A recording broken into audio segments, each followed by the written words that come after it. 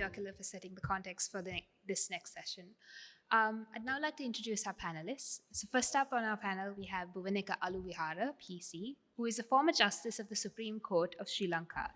He's someone who has played a pivotal role in shaping the legal landscape of the country.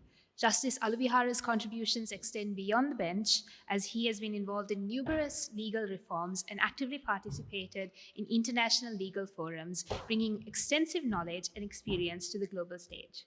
Welcome, Justice Aluwihare. Our next panelist is Harsha Fernando, a thought leader with 27 years of diverse experience spanning government, corporate, development, academia, and regulatory sectors. He runs a successful legal chamber specializing in civil and commercial law, human rights, environmental disputes, and public procurement, and has also played a huge part in reforms. Welcome, Harsha. Joining us online from UK, our third panelist, Paul Mylvaganam, was called to the bar in 1993. A graduate of Pembroke College, Oxford, Paul holds a master's degree in international criminal law from Sussex University. He is regularly engaged by the United Nations and governments as a technical expert in multiple areas of law, ranging between civil and criminal law matters. Welcome, Paul.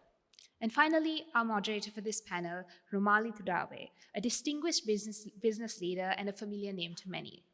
With a background in law, having graduated from Stanford University with an LLM in corporate governance and practice, Romali is currently the CEO of Tudawe Brothers, one of Sri Lanka's most reputable construction firms. Over to you, Romali. Good afternoon, everybody. We have a big topic to cover today. And we have a very experienced panel, and I'm excited for myself as well as the audience to hear what these luminaries have to say about this vast subject. When we say the phrase rule of law, we are going into the heart of the matter. And we're almost discussing the terms of engagement that we have with this tool called the law. It goes into the governing principles and foundations of the framework that we have adopted as a bedrock for stakeholder interactions in all segments of our life. So for the government, for commerce, and for civilians in their everyday functionality. So it's a very profound subject, and we can begin with a brief opening statement to what that means to each of the panelists. Justice Aluwihare, could you make an opening statement about the rule of law? Thank you. Thank you, Romali. Good afternoon to everyone. First and foremost, I thought I will be very basic, and I want to put in a context as to why we are discussing what is rule of law, the basics, plus as to why we are discussing or the significance of rule of law and why we are discussing it today. The rule of law is frequently mentioned, but often an elusive concept. It represents an ideal that societies strive to achieve, though they sometimes fall short. Now, various institutions and procedures have contributed towards defining what rule of law is, but there is no specific definition. What constitutes the rule of law is what is necessary to uphold it. I think the various institutions I said have contributed to defining what constitutes rule of law and what is necessary to uphold it. I thought I will take a slightly different approach to impress upon you the effect of rule of law or how it impacts on the society, rather than trying to define what rule of law is.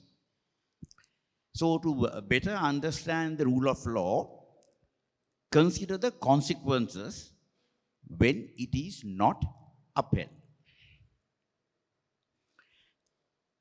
In every civilized society, there is an expectation that governance will adhere to principles of rule of law. Now, shall we reflect on the public protest that occurred just 2 years ago, which led to significant changes in the political landscape? Now, it is widely agreed that the breakdown of law and order during this period was unacceptable, and also the resulting political change did not strictly follow the democratic process. While some of you may attribute these events to economic factors, I believe they were rooted in deeper issues. There was widespread disillusionment with the manner of governance. Even if society doesn't fully grasp the intricacies of the rule of law, there remains a general expectation that governance should align with its principles. That means rule of law. So, what are these principles? There are so many definitions, but I took four core basic tenets of rule of law. One is accountability, that is, the government is not above the law. Second one is an open government. The decisions are made transparently. Third one is just law, that is, laws are designed fairly. And the fourth one is accessible and impartial justice. The law is enforced impartially and accessibly. Now, these principles, in my view, ensure that no one, including the government, is above the law, that the government decisions are transparent, that laws are fair, and that justice is impartially administered. If I just take a few seconds, if we go back in history, although the concept of rule of law dates back to ancient Greece, the contemporary principles were significantly shaped by the Magna Carta. Most of you may be aware of that. Now, if you take Article 39 of the Magna Carta, established that the life, liberty, or property of free subjects could not be arbitrarily taken away. Instead, the lawful judgment of the subject's peers or the law of the land had to be followed. This foundation emphasized that a person's fate should not be at the whims of a single individual, at that time the king. So these principles have expanded, and now we have a body of rules, what we call the rule of law. An essential aspect of the rule of law is there is another thing that we always, sometimes we forget. We always think the rule of law is something confined to the governance or the state machinery. It is not so. An essential aspect of the rule of law is the social contract. Just as the society expects the government to protect fundamental rights such as life, liberty, and property, there is an equal important duty for the society, that is for us, to comply with laws. This mutual obligation is critical for the rule of law to prevail. Right. I will just conclude my opening remarks by saying, why are we discussing the concept or the rules of concept of rule of law at these forums? The reason is twofold. Right. One is why we are required to focus on rule of law at this point. One is, on one hand, under the IMF framework for enhanced fund agreement, rule of law is one of the state functions. So that is one aspect. And on the other, certain aspects of the judicial system has an impact on the macroeconomic performance, in particular resolution of property rights and contracts. So this is the simple introduction that I would like to make. I try to keep it simple and try to highlight the significance as to why we are so concerned about rule of law. Thank you. Thank you, Justice. Particularly because you explained not only why the rule of law is important, but the impact of what happens when it fails. And thank you very much for also describing the dual duty of not only just governments, but also civilians. They also have to uphold their side of the bargain. And very much goes into every single thing we do on a daily basis, and the law as we use it in our lives. Mr. Fernando, would you like to make your opening remarks? Thank you, Romali, and thank you, Advocata, for the invitation. I think Justice Aluwihare has very comprehensively put the parameters of rule of law. I will try to sort of scale it down in a form of an example. Now, in my line of work, Recording in progress. Okay. I hope it's not a bad sign. In my line of work as a lawyer, our primary responsibility is to manage risks for clients. So if you're advising a client who wants to engage in economic activity, maybe in a large-scale foreign investment or a local entrepreneur who wants to expand business so that you create more employment and basically generate more economic wealth for the country, the first question, actually they ask a couple of questions, but the most important question they ask is, can you assure me that all risks are met? Not the business risk. The business risk, the businessman will look after. But can you assure me that the legal risks are met? And that assurance is extremely challenging to give in our country. I'm assuming it's the case in most countries. But talking about Sri Lanka, we find it extremely difficult to give. And that is because of a number of factors. One, the quality of our laws, the ad hoc changes, the midnight gazettes, the vagaries of the justice system. You don't know when your case will get actually heard, will it get listed, when will it conclude. The procedures are fairly archaic. A lot of uncertainty is built into the procedures. So if there is a dispute, payment dispute, property dispute, let those take those two. We are unable to give an assurance saying, don't worry, if this dispute happens, this is the court we go to, and you can expect a result, maybe 18 months. We are unable to give that. So when you look at that, we suddenly realize that we live in a very risky environment, which can be protected. So as a result, I mean, it's good for the lawyers, but the challenge for us is we have to be really innovative in dealing with those risk aspects. That, I say, is one angle of rule of law.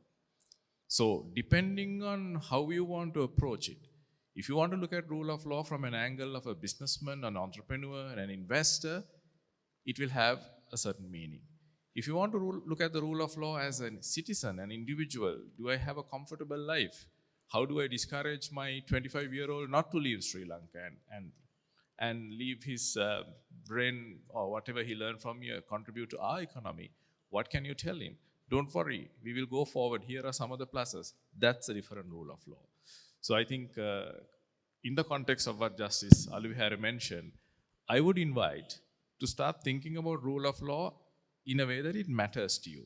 And what I like about the IMF report is, unlike most reports that you find from development partners, it's very specific and kind of hits home. And that's the good thing, and that's where the opportunity is for us to take this into account and see what we can do about some of the observations that have been made. Thank you, Mr. Fernando, specifically for talking about rule of law in terms of commercial risk. And you mentioned quality of laws, ad hoc changes, so it being unsystematic, unpredictable, delays, which everybody complains about, and exclusionary procedures. Only lawyers can approach courts. No one knows what's going on there. And I think we complain about these things every day, but very rarely do civilians then boil it down to rule of law. And that's the importance of today's topic. Thank you so much. Mr. Mylvaganam, welcome. What is your perspective? Thank you very much. I don't know if I'm projected on the back of You're audible. You're audible, sir. I'm audible. So thank you very much for having me. I know I'd much rather be at the Galface than in rainy London at the moment. And just to remind the audience, if I may, that I'm not a qualified Sri Lankan lawyer. So anything I say is obviously in relation to the work I have done in Sri Lanka, obviously, and insofar as I can help in relation to the international practice I've been involved in. I'm going to be very short and just sum up my definition in 2 words: fair play.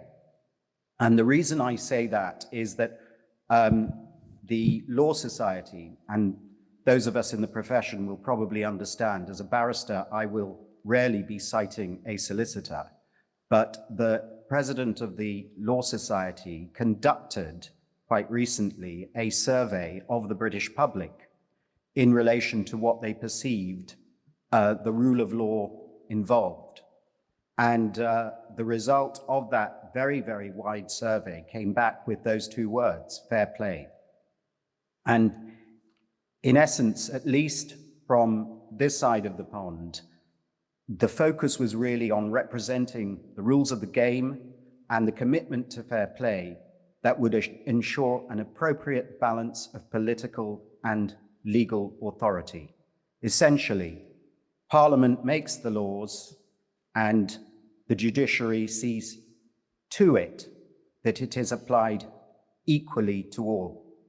From my own perspective, and particularly in a post-COVID world, rule of law to me also means, as has been cited already, access to justice, and access to justice in good time. In the UK, we have in the criminal courts a 66,000 case backlog. I know that Harsha is an expert in this area and has done much work on this, and I believe the figure is probably even worse in Sri Lanka. And obviously, when you deny the public, you deny individuals the ability to access justice promptly, one sees a recourse to alternative forms of resolving disputes, some of which none of us want. And the reality is we really need to focus, in my view, on ensuring that in that post-COVID world, we develop systems whereby we can ensure that justice is dealt with speedily as well as fairly. Thank you, Mr. Mylvaganam. Standard legal disclosure there. He's not practicing here, so he can't be held liable. I really enjoyed your metaphor where you said that what we're talking about today is the rules of the game to ensure that there is fair play and that no one is playing handicapped, especially civilians. So thank you very much for those brilliant open remarks. The discussion will roughly last about 45 minutes and 10 minutes for questions from the audience. We will focus mainly on the lines of the IMF report, so beginning with governance frameworks of the rule of law, the judicial function, and focus a bit of time on enforcing property rights. If we have time left, we'll briefly touch on broad aspects like corruption vulnerabilities. So to begin with, I'll direct the question to Mr. Fernando, but I also invite the other panelists to indicate to me if they wish to contribute as a follow-up, and the floor will be made yours. So Mr. Fernando, we know that you have done extensive work and an assessment funded by the ADB on the justice sector, and this report has been referred to in the IMF report that we are discussing today. What do you think about the IMF's take on governance framework and the rule of law in Sri Lanka, and were they correct in identifying these specific issues? As I said in the beginning, I like the specificity that the IMF report brings compared to some of the other reports or the assessments that we have been privy to. So to that extent, yes, right. Then number two is, correct me if I'm wrong, I believe governance diagnostics with IMF programs to this extent is something new. I think I'm happy personally that a catalytic organization like the IMF places so much of emphasis on governance without sort of focusing on the macroeconomics. So that also correctly identifies the issue. There are so many paragraphs in the IMF report that I feel shy to read as a Sri Lankan. But if you compare that, for example, I have something highlighted, but I don't want to read it. It's about how private parties earn because of the policies of the government, including that of the central bank. If you compare that with the judgment, Your Lordship was also associated with that they gave in the economic crisis case, you find the Supreme Court coming to a finding, if the laws were followed, you may not have had that situation. So if you look at our situation we faced, I mean, you have all those welfare policies and the economics of it. I'm not dealing with those.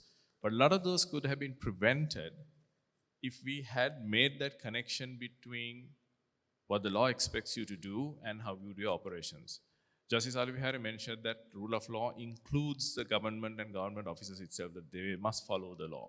So to that extent, I think that direct and very emphatic connection that IMF report, especially the governance diagnostics, is making with the economic woes of our country is another very, very positive thing. So answering your question, to give you the short answer, yes, I think they have identified it correctly. If we can, I mean, there's a lot more that we need to do. This is just a sort of bare minimum. But if we can get this going, I think we will recover much, much faster than a lot of people think we can. You mentioned, sir, that the report is focusing on the connection between the laws, our expectations, and how we should be governed. What do you think about us having so many laws? And it's a web of law, and maybe that's a barrier to entry.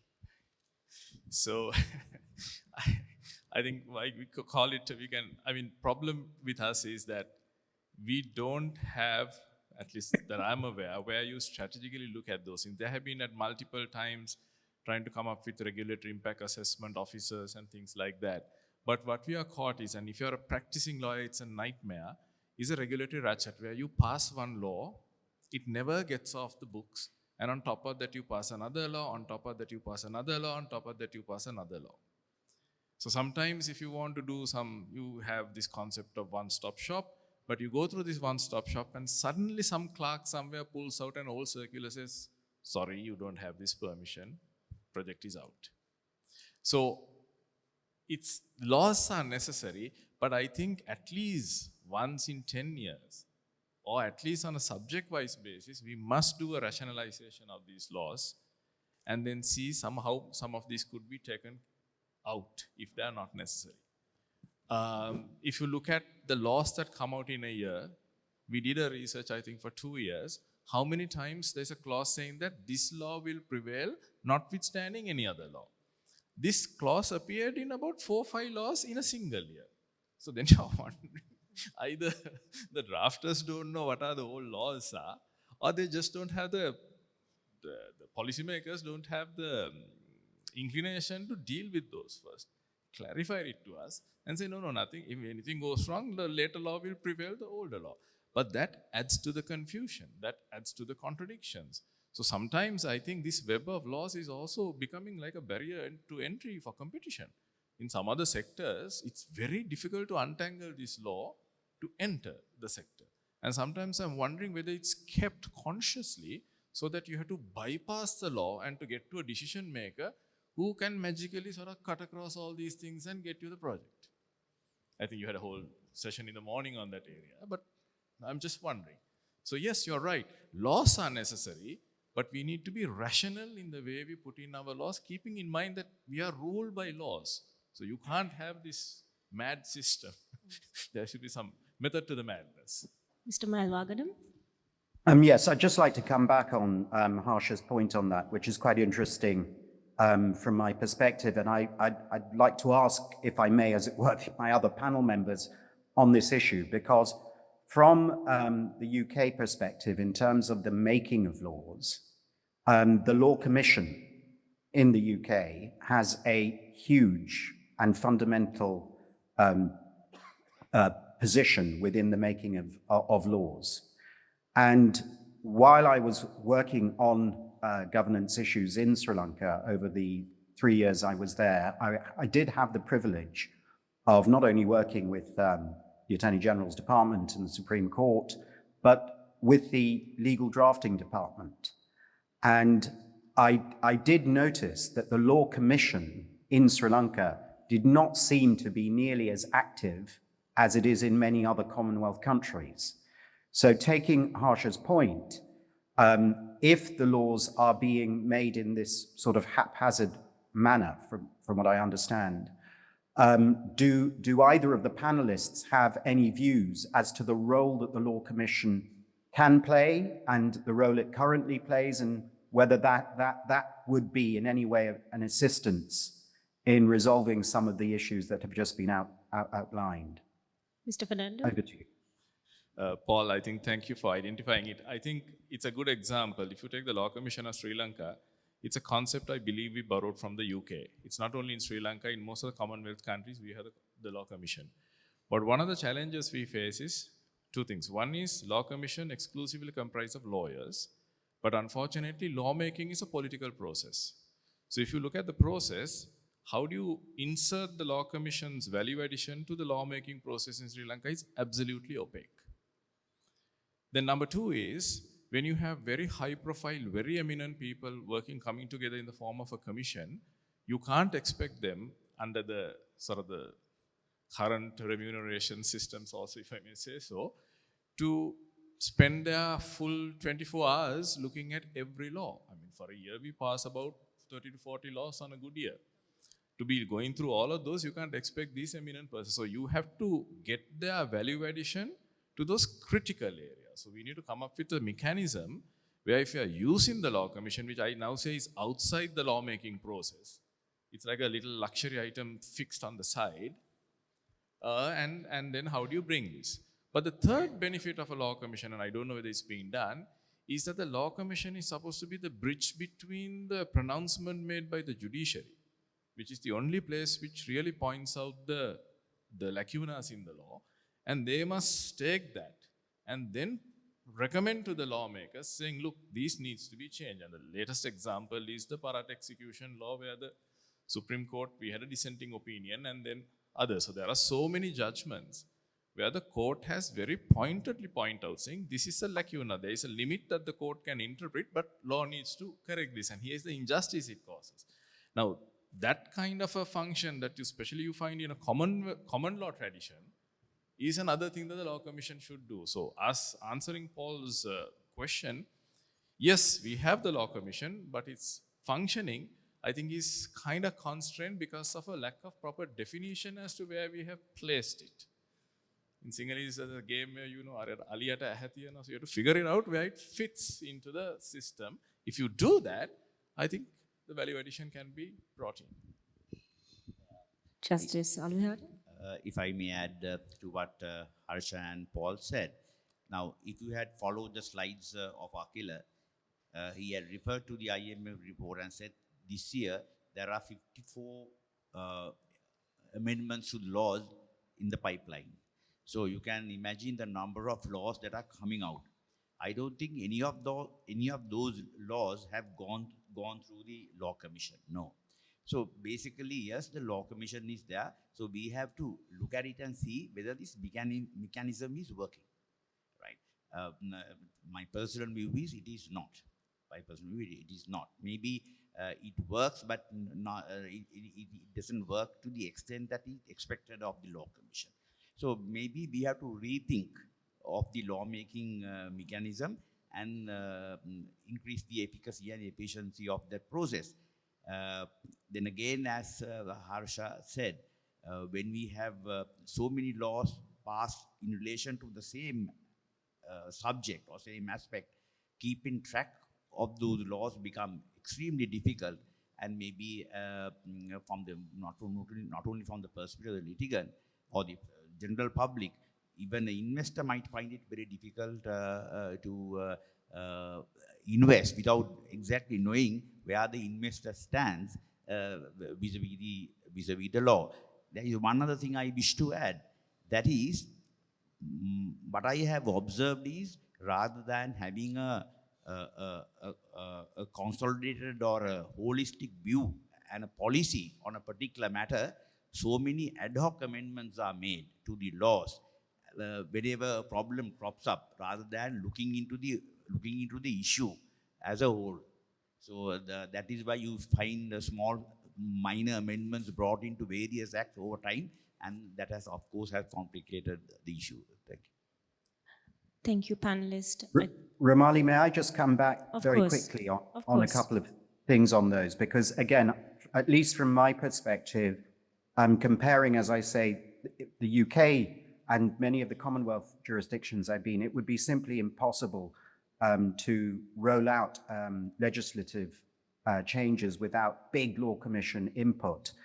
And another thing that just crossed my mind based on what Harsha said, and I don't know whether Justice Aluwihare is going to thank me or criticize me after this talk for suggesting it, but one thing that is clear is that, from what I could see, is that some of the most brilliant legal minds in Sri Lanka, either in the Attorney General's department or in the judiciary, were retiring between the age of 60 and 65, because that, I believe, is the mandatory retirement age.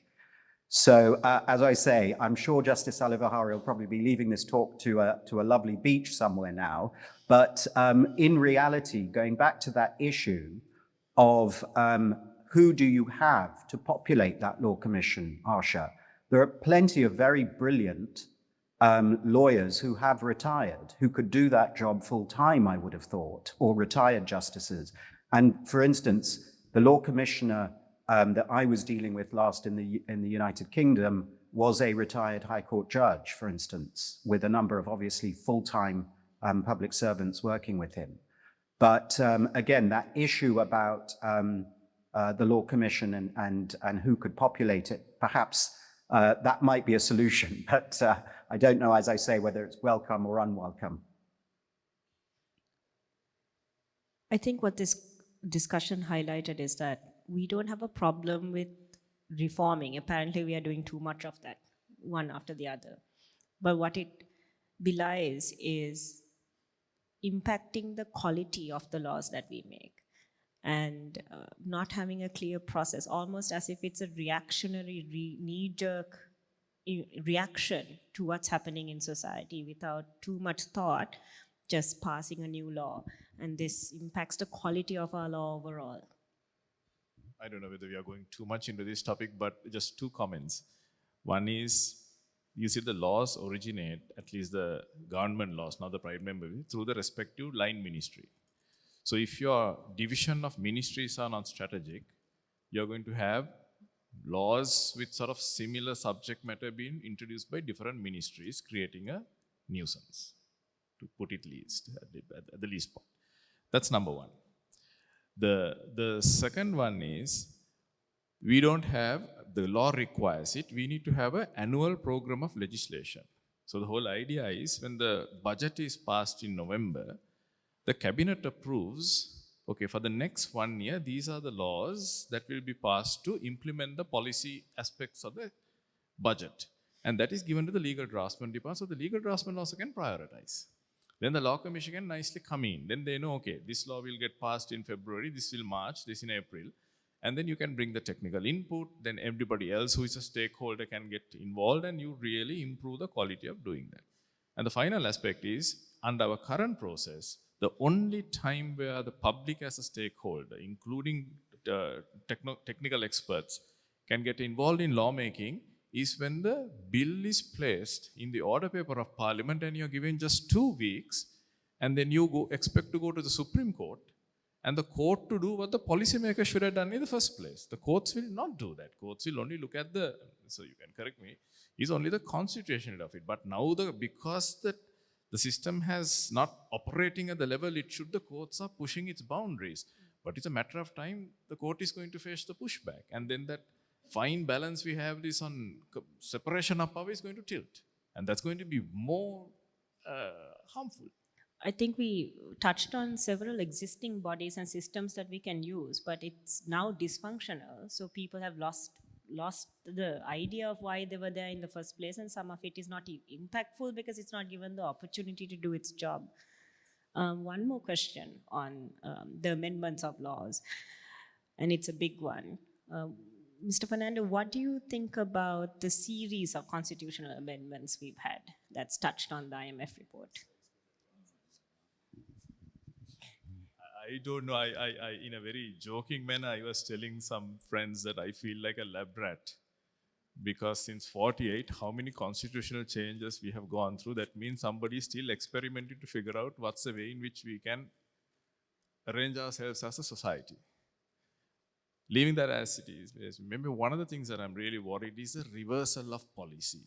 I think in the earlier slide, I kind of just burst out laughing when I saw that slide, how the independent commissions got brought in, taken out, brought in again. I don't know whether they'll be taken out again. So I mean, I understand at one time when under President Gotabaya Rajapaksa, they did the constitutional amendment, they said because of that tension that they experienced for the first time between the offices of the President and the Prime Minister, they had to make some constitutional changes. Very good. We'll try it and see. But why take away the Audit Commission? Why take away the Procurement Commission? Why take away the reduces some of the other commissions' independence. So those are the answers, and that we are unable to answer. And Parliament is the only place where the law gets made. I don't think our polity understands the role that the parliamentarians are supposed to make. I mean, that's one place where minimum qualifications are not set, other than that you cannot have a foreign passport. So when that's a quality of the institution that makes the law, and if you don't have another process like the olden days white papers to supplement that lawmaking process, it's not a dysfunctional system. It's that we have made it dysfunctional. And it can be corrected within a very short time. When you were mentioning the multiple commissions that were taken out, I was thinking, but they certainly did reinstate the Presidential Commission during that time. We've also mentioned quite a lot the judiciary. Justice Aluwihare, why is it important to have an effective judiciary? Specifically when we're talking about the delivery of justice, fair trials, predictability, and the quality of justice we dispense. That's a very broad question, Romali. But I think if you look at the rule of law as a concept, I think the judiciary and the justice system plays a pivotal role in maintaining rule of law, or checking the checks and balances that it ought to bring in to uphold rule of law. So in that respect, I think the quality of justice is of paramount importance. Did you ask about the judicial independence or no? We can talk about the judicial independence. Yes. I think that is another issue that come up frequently, and the judicial independence, of course, is critically important to maintain the credibility of the judicial system. But if I may say something positive about the judiciary, as actually with regard to the judicial independence, in my experience, by and large, we have an independent judiciary, right? And if you look at some of the judgments handed down by the higher courts recently, the recent past, starting from the Parliament dissolution case, the Easter Sunday attack, Easter Sunday incident, plus the economic debacle cases. In all those cases, I think the judiciary, Sri Lankan judiciary, played a very pivotal role and handed down landmark judgments, telling the executive that this is where the line is, and this is where the line is, and if you don't adhere to rule of law, then you have to be accountable.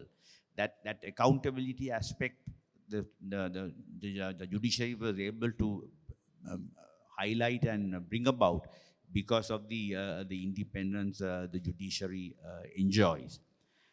I also must say, I'm not trying to give a clean sheet as far as the independence of the judicial independence of the judiciary is concerned in that context. I'm talking about the operational independence of the judiciary, right? I also must say something about the minor judiciary, which is the disciplinary control is by the Judicial Service Commission. As a matter of principle, steadfastly, the policy of the JSC had been not to interfere with the minor judiciary in relation to any judicial decisions. That is because the moment under the guise of disciplinary control, if the JSC starts interfering with the minor judiciary, then the minor judiciary cannot function independently. So this policy had been there. I can vouch for that. The JSC never interferes with the minor judiciary as far as judicial decisions are concerned. But of course, in disciplinary matters, there has to be disciplinary control. It exercises that disciplinary control. Now, I also would like to refer to 2017 UN Special Rapporteur's assessment of judicial independence. Of course, it is fairly about 8 years old now, right? It refers to pressure being applied. It refers to pressure being applied to certain judicial officers on the judges, and it refers to certain instances where the judicial independence had been tarnished or had been dented, right? So, of course, it is up to the executive, right? I will put it. I also would like to say add something to it. Yes, what the UN rapporteur's report implicates or says is that there had been instances of, due to pressure being exerted on judicial officers, that they have lost their independence. But there is another aspect that we need to keep in mind. As far as the individual judicial officer is concerned, he should be courageous enough to discharge his duties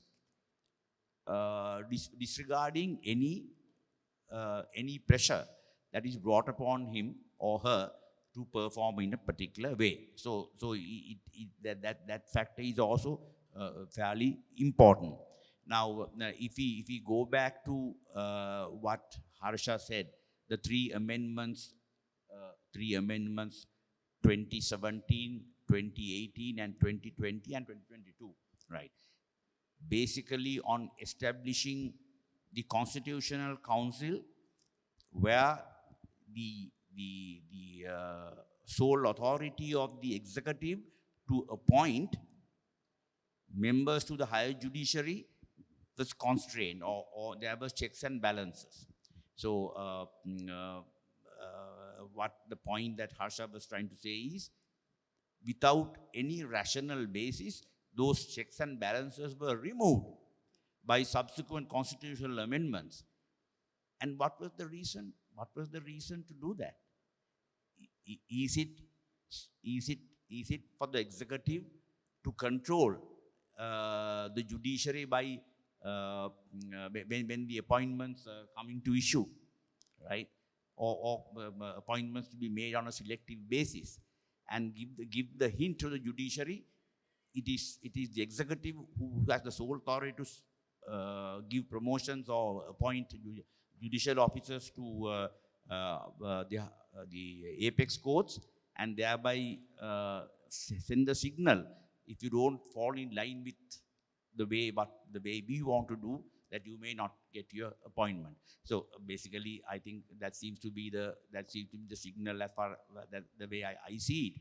But of course, now the things have been rectified, and now again the Constitutional Council is in place, and those checks and balances have been brought about. I'm sure as far as strengthening of the judicial independence is concerned, that is a positive aspect. Yeah. Thank you, Justice. You highlighted that the judiciary is quite effective in reform, especially when in the last 2 years they have dispensed with justice, which was actually part of the question. So thank you very much for elucidating on that. Since they are such an important function and their independence is paramount, could we talk a little bit about some of the practical problems they face, like the large case backlog that we just can't seem to get rid of, and the fact that we can't bring in an effective case management system that will help these judges to dispense justice quicker? Thank you, Romali, for that question. That again is an issue that all of us face. All civilians, I mean, all the citizens face this issue. Do they get their cases adjudicated on a timely basis, or the amount of resources they waste by going into litigation, right? So the larger question is, does the judiciary serve the public the way it ought to serve them? Now, we are talking of the backlog.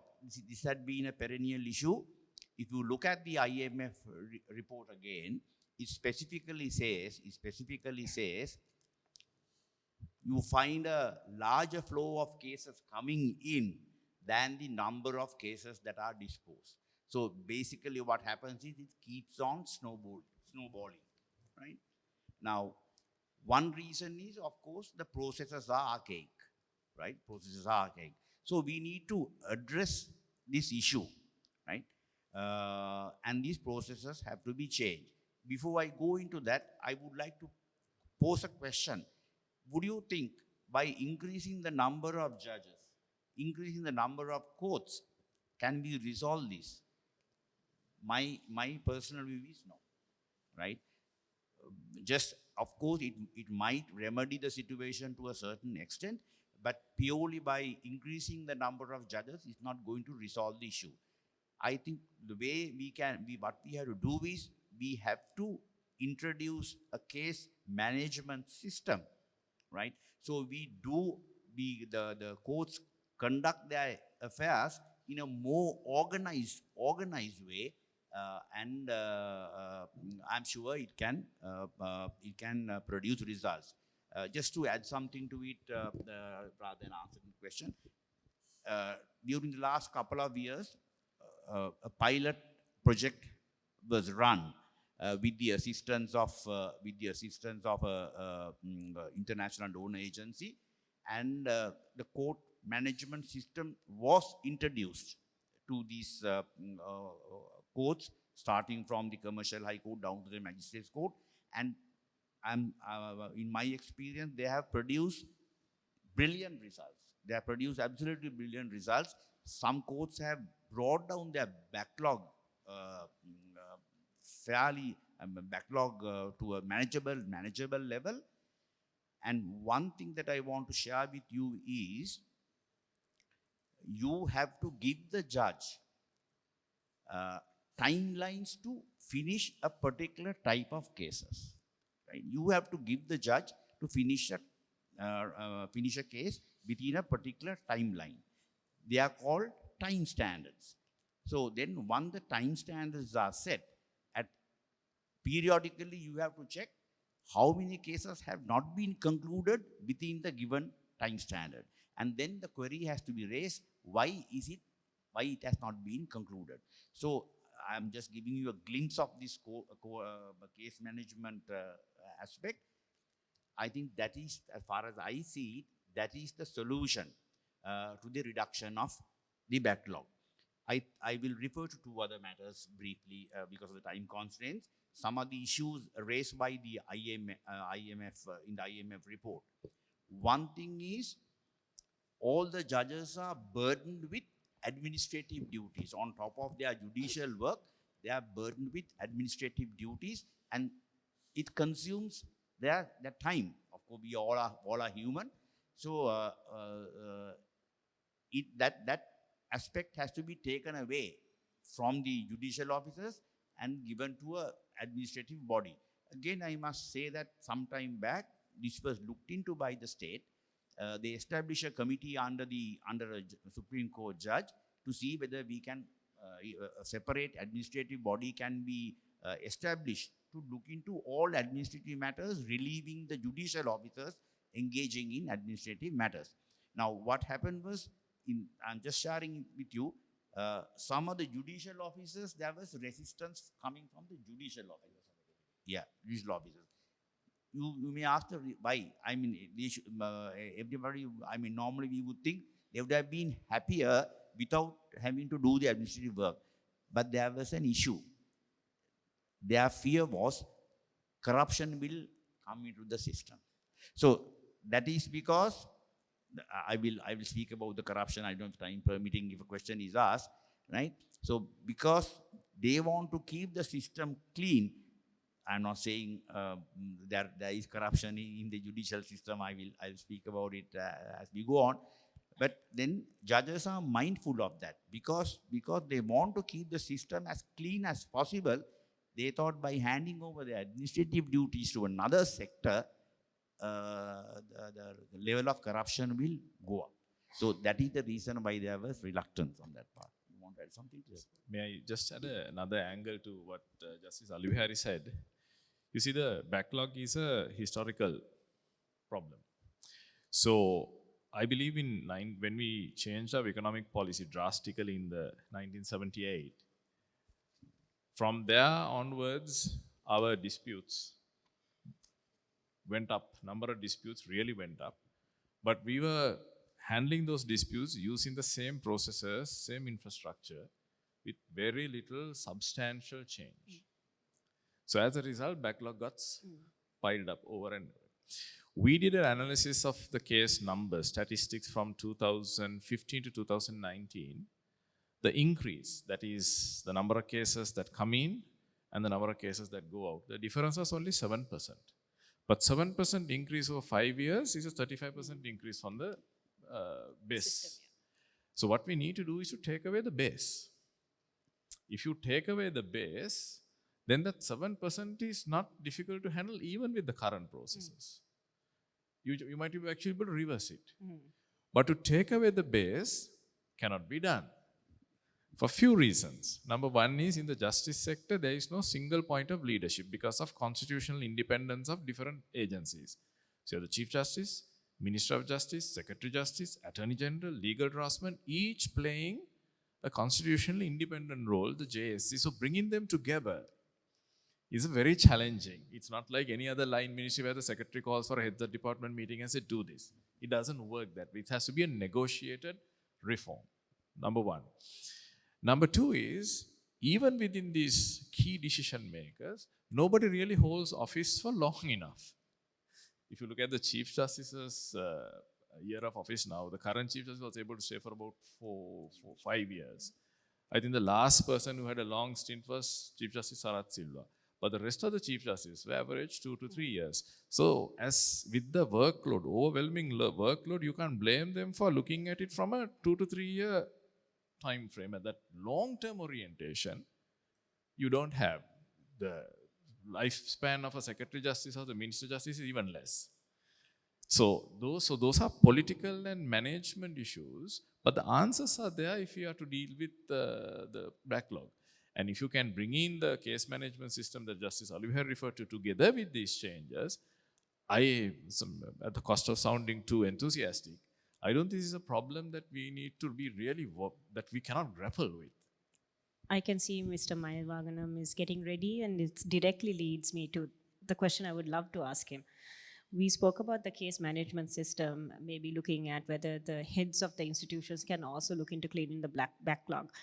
Mr. Mylvaganam, what do you think about using ADR as a formal system to ease the case backlog? As an alternative dispute resolution. Yes. Well, Sri Lanka is already, as I understand it, well ahead of the UK in relation to mediation, for instance.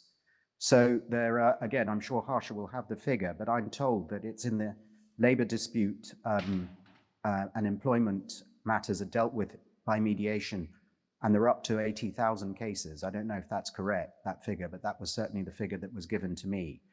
So the issue there, as I understand it, in Sri Lanka is that those are what they call small money claims, I think they're termed as, and they don't really apply to major disputes. Yes, I was just saying that with regard to the mediation in the small claims courts, in labour courts, that in Sri Lanka you're far ahead, I think, of the UK, and that English judges who've been engaging with the Sri Lankan judiciary, I know, have been very impressed at that. So I think there is already you're in a forward position on that level. As far as larger commercial cases are concerned, there are a few things that certainly from the perspective I've seen looking in that could perhaps improve things on international arbitration. And that is, as I understand it, there are potential blockers to international counsel being brought in international commercial arbitrations or possibly mediations. And that is because there is a particular rule, I think it's Rule 70 of the Supreme Court, Rule 78, and that appears to be a gray area as to whether international lawyers can come in to do arbitrations. Obviously, this isn't every case that's taking place in Sri Lanka, but Sri Lanka wants to attract large foreign direct investment. And one of the things that will block that is if lawyers can't, companies rather, can't bring in their own legal teams. That, of course, would be confined solely to arbitration or mediation, and it wouldn't apply within Sri Lankan courts. Now, we know that there have been international counsel who've come in, but the fact is, and we've heard this through back channels, as it were, that some companies are reluctant because of that potential blocker. Now, it is certainly hoped that on the bigger cases, that will be looked at by the Sri Lankan government.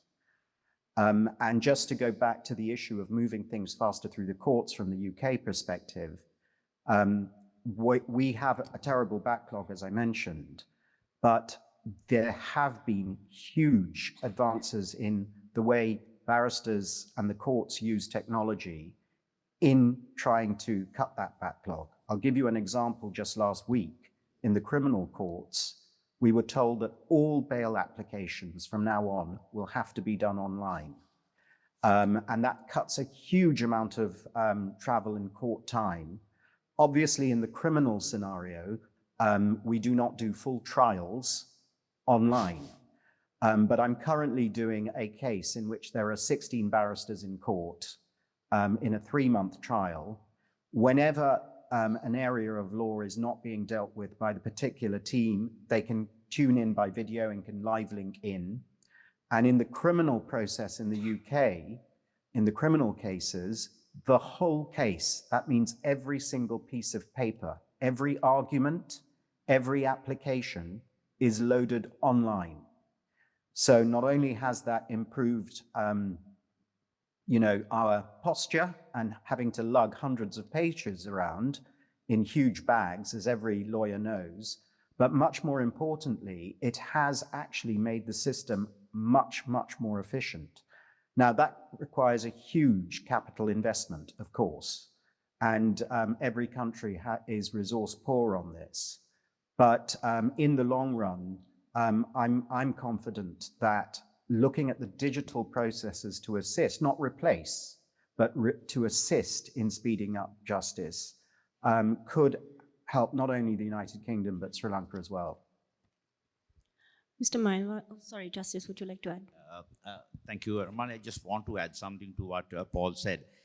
Yes, one major drawback that what I see is that we have been very slow to embrace the introduction of IT into our system. We can do quite a lot if the IT solutions are introduced. It can raise the efficiency and efficacy of the system by leaps and bounds, but we have been very slow. The other issue that I see is the reluctance on the part of the legal fraternity as well as the public. Not so much the public. During the COVID period, we introduced a IT solution to process bail applications. Now it is over, but it is still functioning. Now representations are made to go back to the old paper system, right? This IT solution that was introduced raised the efficiency quite a lot. And this is something that we need to do. I think this is what Paul also raised, introducing IT solutions to this. I just want to add something. I would like to have your views, both Paul and Harsha.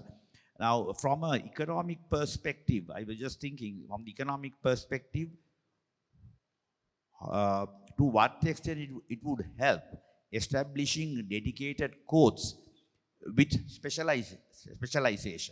Is it something prevalent in England, UK, or do you think because the focus of the IMF report is not resolving property and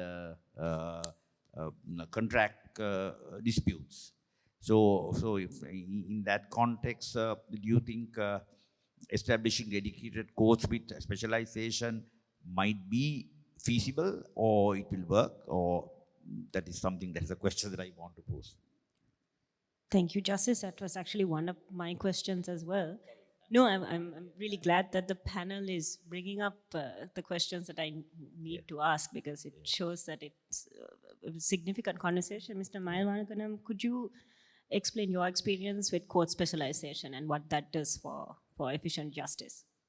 Yes, so from the UK perspective, in England and Wales essentially, yes, specialization both in terms of judiciary, specialization as well within our prosecutorial teams, and even obviously on the legal side. If there are any lawyers interested in this, obviously if you go into the Temple, you will see chambers with names all down the front of the office.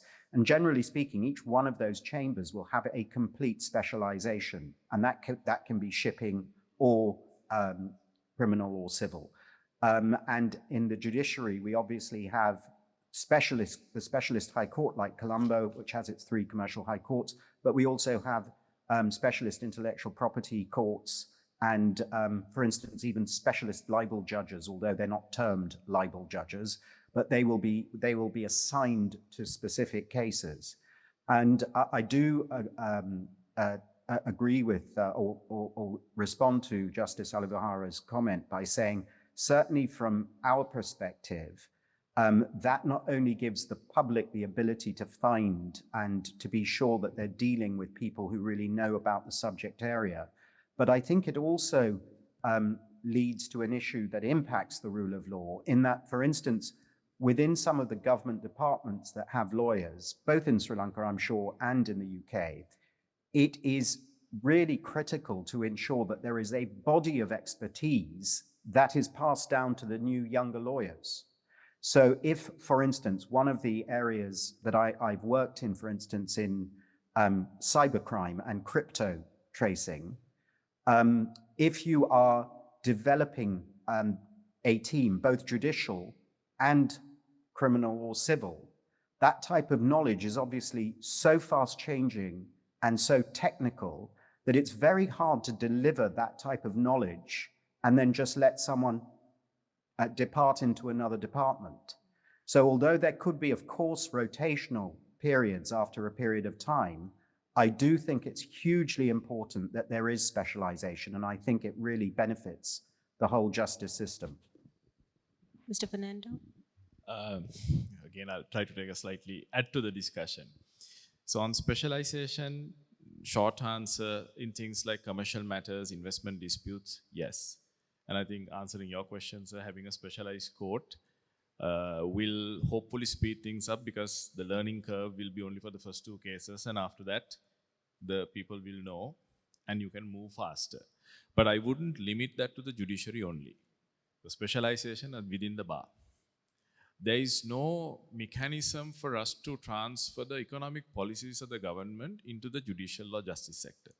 For example, our law college syllabuses should be updated on a more regular and dynamic basis to reflect the development strategies of the government. That's not happening. So the government is going fast on this side, and sometimes we are going backwards and still learning laws that have very little relevance. Especially in big laws like data protection. Exactly. So it takes a long time for it to get to the legal education. That's one aspect. Second one is, if now we have the career judiciary up to the High Court, then you have the recognition judiciary from the Court of Appeal to the Supreme. You're recognized for your eminence and you're appointed to that bench. But norm has it that it comprises of half-half career judges and judges who have been in practice like yourself, and also lawyers who come from the private bar. When you go to the appellate judiciary, you're supposed to know everything, because you can't choose. The specialization of the appellate level is not a thing that I'm aware of. So we have to factor that in. One of the things that we can do is interbench transfer pre-orientation of doing that. What I mean is, now we have 3 commercial high courts. Those are manned by high court judges because of the importance we give to the hierarchy. But these high court judges come from the same cadre of high court judges who hear crimes on indictment. So this term, they might be hearing cases on murder and rape, and next term, they'll be immediately asked to hear cases on arbitration and shipping. So I don't think we have a mechanism, so you can please correct me that I'm wrong, that we orient them at least 2-3 months before they take on that. So succession planning, reorganize the annual transfers. There's a lot that can be done without changing laws and getting additional budgets. So I think that also should be taken in. And the final point is, I said only certain areas I agree. If you take land, day-to-day trials, specialized courts, good, but most of the land disputes do with partition. Now, partition cases involve both affluent in society as well as those who are not. So now, some of the time, some litigants prefer the case to get late. Say today one date, next hearing date maybe 3 months later, because during that 3 months only they can collect the fees to defray the litigation costs. For the businessman, yes, pay any amount, get the uncertainty out, be done with it. But for those guys, I won't be able to pay my legal representative unless I have given some time to earn. So it's a social issue that we need to balance. So I'm now going to ask a tricky question. Hearing what the panelists had to say about how there's pushback to technology, both from the bar as well as the judiciary, how we are not really specializing, how we're not opening up alternative dispute resolution to foreign lawyers. Do you think we have a problem of the legal profession monopolizing and rent-seeking from an inefficient system?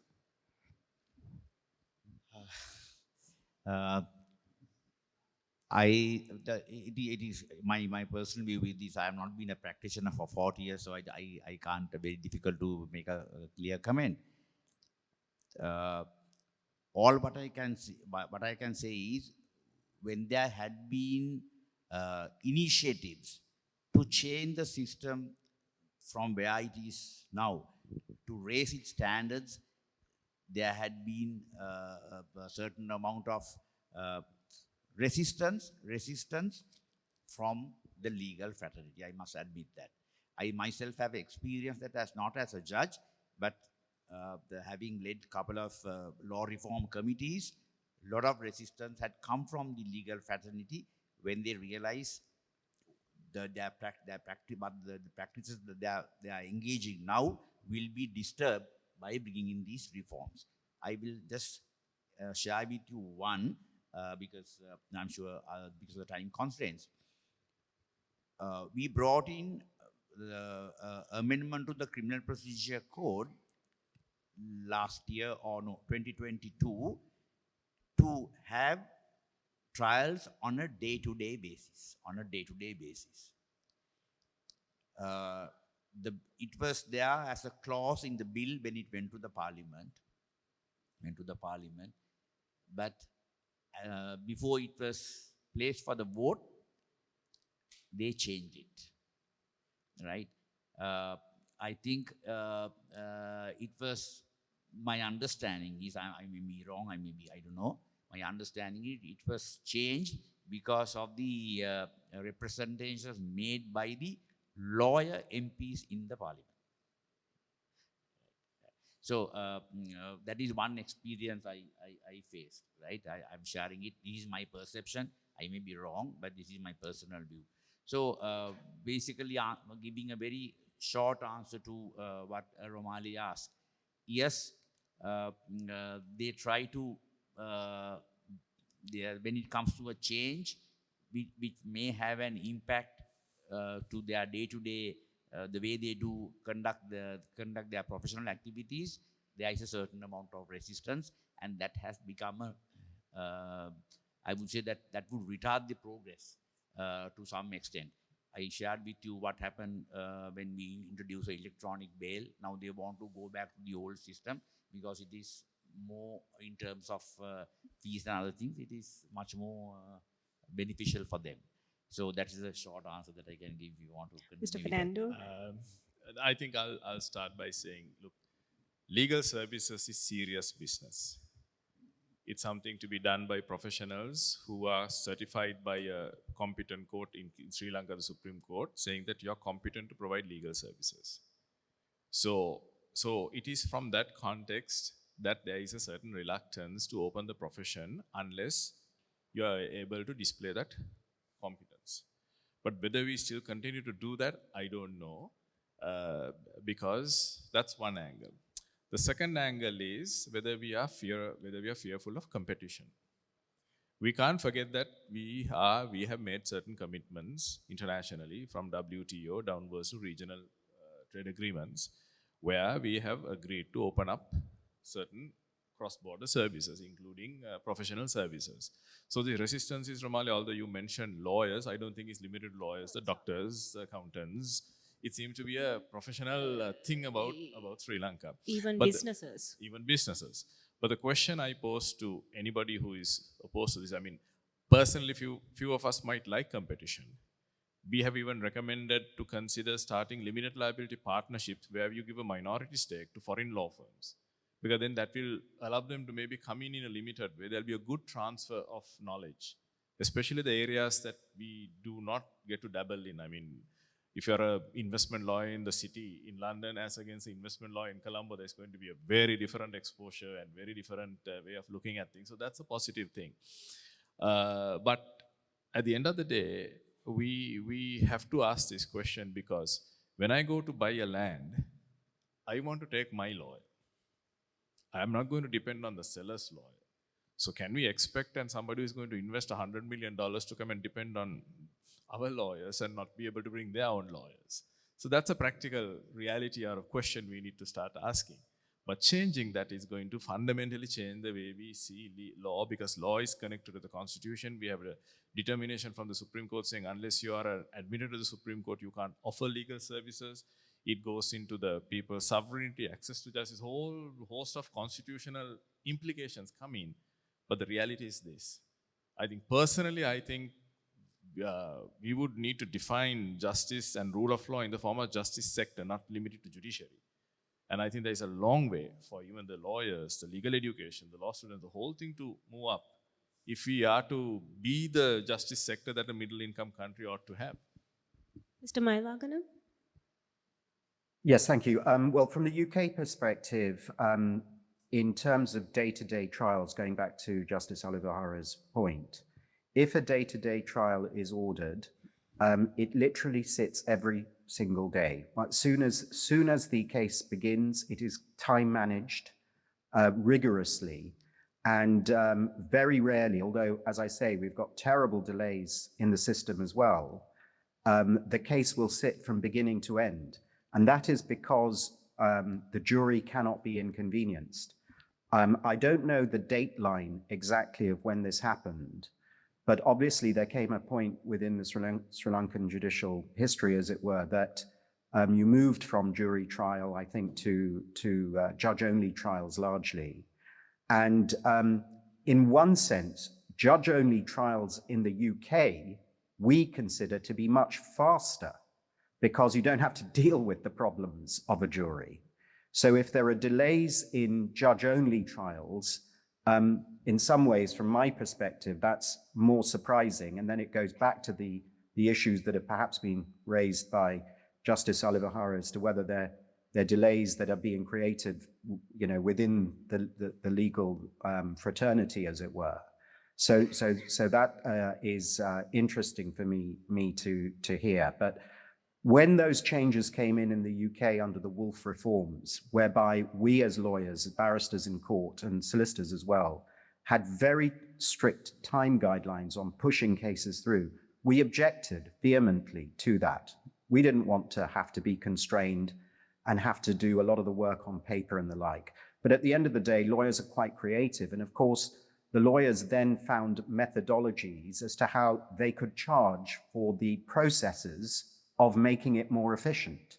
It looked as though it was going to result in less court days, but actually it ended up being cost neutral. And just going back to Harsha's point about this fear of lawyers coming in and the like, I personally grew up in Hong Kong, and the legal fraternity when I was a kid and my parents were there was quite small. But the legal fraternity now, by the input of international lawyers in Hong Kong, as I know the panel will know, is in the billions. And the UK makes something like £50 billion a year from its legal services.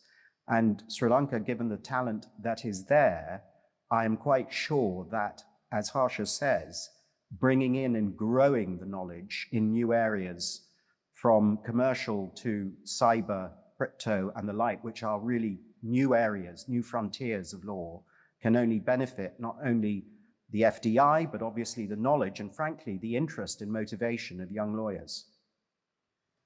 Thank you, Mr. Mylvaganam. That was a very insightful answers given by the panelists, so I thank them for their candor, and which can be difficult, I think, to answer a question that criticizes the profession that we all started from.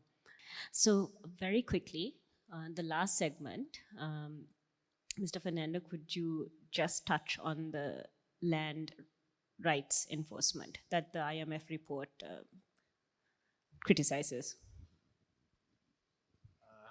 Okay, so IMF, I think it was highlighted what the IMF said. Very quickly, I think the changes that we see in Sri Lanka is, I had a meeting with the Registrar General's Department just last week. So the progress they are reporting is the land titling system is, title registration system is going on. And once you move to the title registration system, the collateral value of the lands will go up, and hopefully that will unlock a lot more economic potential. But we have the deed system that has been in place for the last 300 years, a fairly good system that worked. But to shift from the deed to the title, you need to do a cadastral survey. One is that's very costly. And number two is, some people have left their properties of 10 perch blocks to 3 children. And because of minimum size demarcation, you can't divide them. So then you are not entitled to get a title, because the title can only go to one person. You can have these mixed titles. So because of that, I think the migration for a totally title-based registration will take a lot more time. But one thing that I was really impressed with the meeting with the Registrar General was the amount of progress they say they are making. I never saw it in terms of digitization. So they are going to very soon have digital records. I think they are able to even give access to your own title. If you want to see your deed, you can actually go there and see. So I asked them whether they're using things like blockchain technologies to avoid. They said the system and they envisage it differently. But these are things that can be done. And now, because of the imperatives in terms of tax collection, they said they can even have a system where through the use of your ID card number, you can identify how many lands or properties you own. So in terms of protection of property rights, I think the first thing is the identification of the property. Once you identify it, then your protecting is a different matter. So for protecting, we come back to the courts, which we have dealt in detail. But don't forget, in Sri Lanka, about 80 to 85% land is state-owned. Rest is only 20% is private owned. The whole debate is on this 20%. Whereas the state land is concerned, there is a very complicated legal regime, which I say we have inherited from the British. Running in some laws are about good 100 and 150 years old. So we are very scared to allow them to change it, because as an island, land in this place won't grow. So it's in our DNA that every time somebody tries to give land away, either irrational or rational, fear comes in, and there's a whole public backlash, and which some politicians will sort of utilize and go. That's why it stopped the land bank issues, and all those things were stopped because of some people sort of fed into this fear and got it going. So yes, we need to deal with the land issues. I think now there are a few good things have come. If the digitization goes well, then your titles will be protected. Now the recent law that allowed you to recover lease properties through a summary procedure, that will unlock a lot of availability of housing and land, especially for middle class housing problems, especially in urban areas. This will have a big impact, because people will not be scared to rent out their houses, because it can be recovered very fast. So I don't know whether I answered your question. No, you took on a Herculean task, so I thank you for explaining that with brevity and with clarity. Just to finish up the panel discussion, I request a panelist to give me a quick 30-second answer.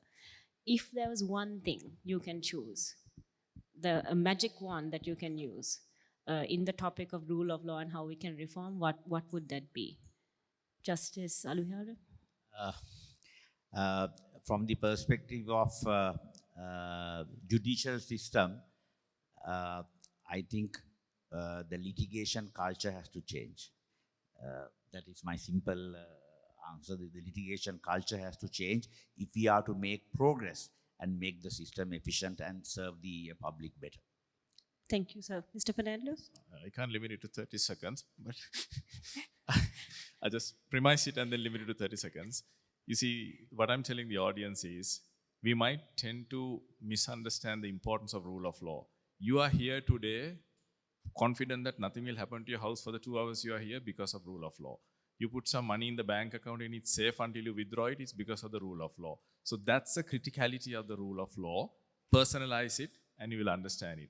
My question, I would rephrase the question that Romali asked me. It's not about what you should do. I would rather ask the question, what can we do?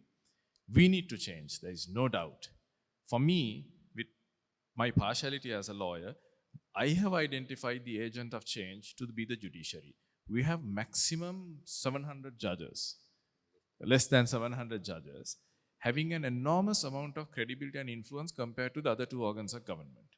If you work through them and with them, rule of law will come. And I'm not telling it hypothetically. I've studied the Singapore example. In the 1990s, Singapore judiciary was just like us.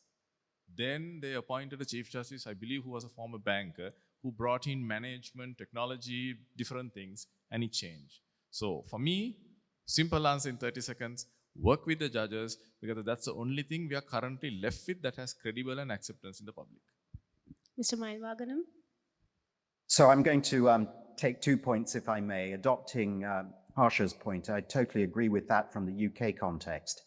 We've had two particular reforming judges, Lord Wolfe, who I know Justice Aluwihare has met, and